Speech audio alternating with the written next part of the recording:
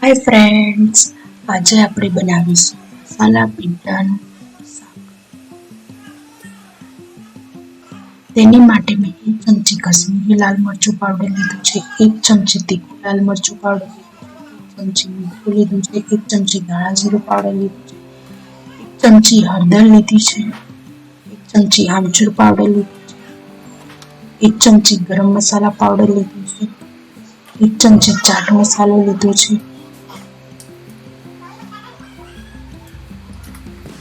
હવે તે બધા મસાલાને આપણે મિક્સ કરી લઈશું.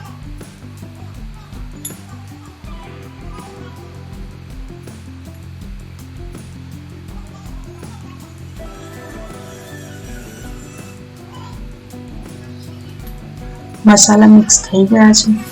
હવે અહીંયા મેં 500 ગ્રામ જેટલી ભીંડી લીધી છે. હવે તે ભીંડાને એક થાળીમાં કાઢી લઈશું અને જે મસાલો હતો તેને આપણે ભીંડામાં નાખીશું અને તેને બરાબર મિક્સ કરીશું.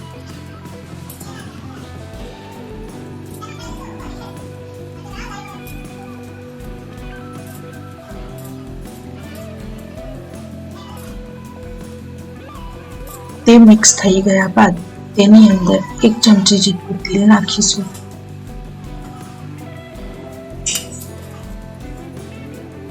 એક ચમચી તેલ નાખ્યા બાદ તેને આપણે બરાબર મસાલાથી ભીંડાની કોટ કરી લઈશું.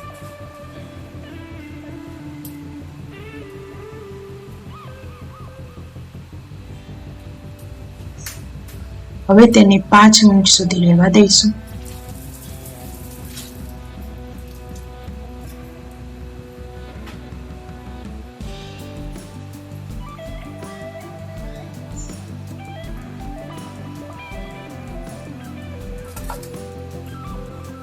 હવે એક પેનમાં મેં 3 ટેબલ સ્પૂન તેલ લીધું છે,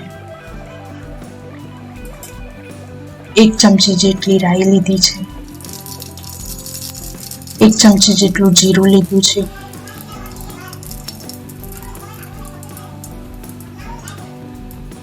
8 થી 10 કળી લસણને ઊભું કટ કર્યું છે,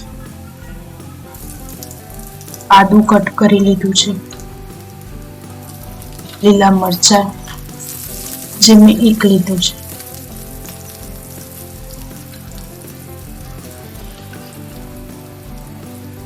એક સમારેલી ડુંગળી નાખી છે. તેને પણ હવે આપણે મિક્સ કરી લઈશું.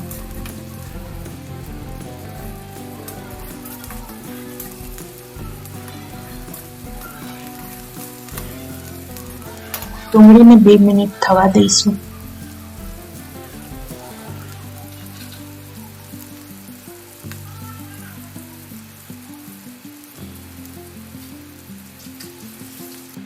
હવે તેની અંદર અડધું ટામેટું કટ કરીને નાખ્યું છે,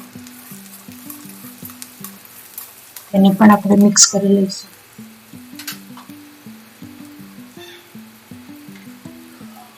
હવે 2 ચમચી જેટલા તલ નાખ્યા છે. તલથી ભીંડાના શાકનું ટેક્સચર ખૂબ જ સરસ આવે છે. હવે ભીંડા નાખ્યા છે, જે મસાલામાં કોટ કરેલા હતા તે હવે ભીંડા નાખીશું. હવે તેને પણ આપણે બરાબર મિક્સ કરી લઈશું.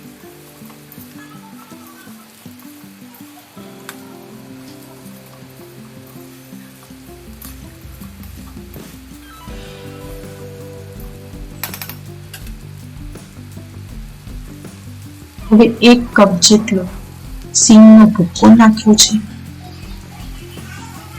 તેને પણ આપણે બરાબર મિક્સ કરી લઈશું.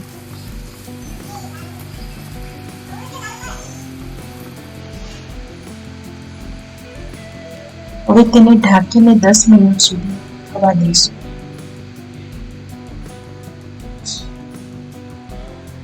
દસ મિનિટ થઈ ગઈ છે. ભીંડા આપણા થઈ ગયા છે અને હવે તેને સર્વ કરી લઈશું.